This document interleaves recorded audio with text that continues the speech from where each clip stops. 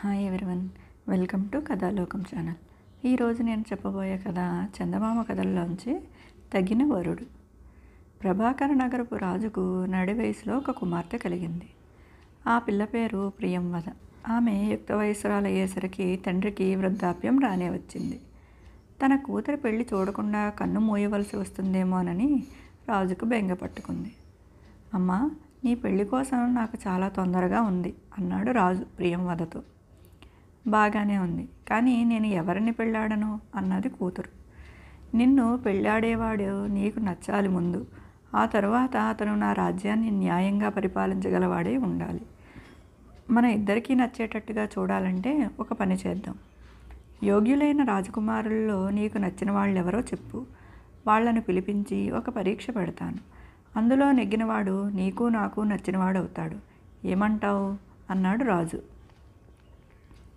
ఇందుకు ప్రియంవద ఒప్పుకున్నది. ఆమె 3 రాజకుమారులను ఎన్నుకున్నది. వారిలో ఏ ఒక్కడు అతడి తండ్రి సింహాసనాన్ని ఆక్రమించేవాడు కాదు. అందుచేత ప్రభాకర నగరానికి ఏలిక కావటానికి వారిలో ఏ ఒక్కడికి అభ్యంతరం ఉండదు.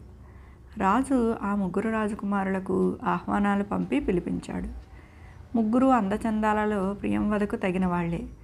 3 బుద్ధి కౌశలము ప్రియభాషిత్వము కలవారే. కుమారులారా, మా అమ్మాయి ప్రియంవదాదేవి స్వయంవరం నిమిత్తం మిమ్మల్ని ఆహ్వానించాను. మీలో ఆమె ఎవరిని ఎన్నుకునేది తేల్చుకునే లోపల మీరు 3 బయలుదేరి వెళ్ళి సరిగ్గా 1 మాసం లోపల ఆమెకు తగిన కానుకలు తీసుకురావాలి.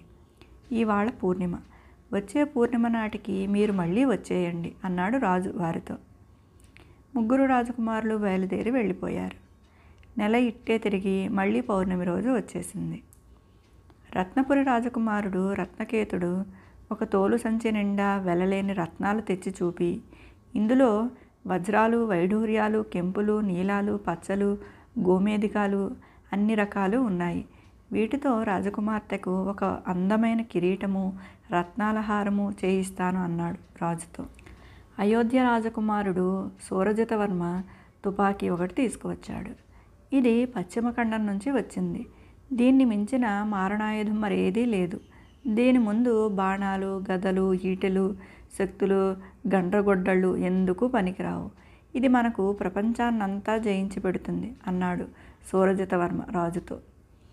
3వవాడు సువ్రత దేశ రాజకుమారుడు గుణనిధి ఏమీ తీసుకురాలేదు. రాజు తన కేసు చూసినప్పుడు, క్షమించండి, నేను కానుకలేమీ తీసుకురాలేదు. వాటిని గురించి ఆలోచించడానికే నాకు తీరిక లేకపోయింది. నిన్న రాత్రి చంద్రుణ్ణి చూసినప్పుడు కానీ నాకు పూర్ణిమ దగ్గర పడిన సంగతి కూడా గుర్తుకు రాలేదు అన్నాడు. అంత తీరని పనిలో ఎలా మునిగిపోయావు? ఏం జరిగింది అని అడిగాడు రాజు. నేను బయలుదేరిన 2వ రోజున నాకు బాధితుల గుంపు ఒకటి ఎదురైంది. అందులో ఎక్కువ మంది స్త్రీలు, పిల్లలును. వాళ్ళు చేసే ఆర్తనాదాలు విని ఏం జరిగిందని అడిగాను. వాళ్ళ నగరం మీద పిండారీలు వచ్చి పడ్డారట. అనేక మంది పురుషులను చంపారట. ఇళ్లన్నీ కొల్లగొట్టారట. కొంతమంది పురుషులు మిగిలారు కానీ వారు ధైర్యం కోల్పోయి ఉన్నారు. నేను వారందరినీ కూడదీసి ధైర్యం చెప్పి వాళ్ళ నగరానికి తీసుకుపోయాను. దారిలో అనేక గ్రామాల వాళ్ళు ఆయుధాలతో సహా వచ్చి మాతో కలిశారు. అందరము కలిసి బందిపోటుతో హోరాహోరీ గంటల తరబడి యుద్ధం చేశాం. పారిపోయిన కొద్దిమంది తప్పిస్తే దొంగలంతా చనిపోయారు. అనాథలైన స్త్రీలకు, పిల్లలకు తిరిగి ఆశ్రయాలు ఏర్పాటు చేసి వారి జీవితాలను తిరిగి ఒక మార్గంలో పెట్టడానికి చాలా కాలం పట్టింది. కూలిపోయిన ఇళ్ళు కట్టవలసి వచ్చింది. చనిపోయిన వారికి అంత్యక్రియలు చేయవలసి వచ్చింది.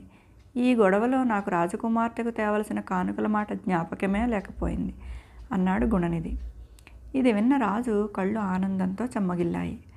అతను తన కుమార్తె చేతిని గుణనిధి చేతిలో పెట్టి, నాయనా, నీ వంటి వాడు రాజైతే నా రాజ్యం 4 కాలాల పాటు సుభిక్షంగా ఉంటుంది. నీలాంటి వాడు స్త్రీ వ్యామోహంలో పడి ప్రజల కష్టసుఖాలను విస్మరించడు. ప్రియంవదకు నీవే తగిన భర్తవు. మీకిద్దరికీ వెంటనే పెళ్లి చేసేస్తాను అన్నాడు. ప్రియంవద వరమాల తెచ్చి గుణనిధి మెడలో వేసింది. ఆ రోజే వారికి వైభవంగా వివాహం జరిగింది. ఇదండి ఈరోజు కథ. రేపు ఇంకో కథ చెప్పుకుందాం.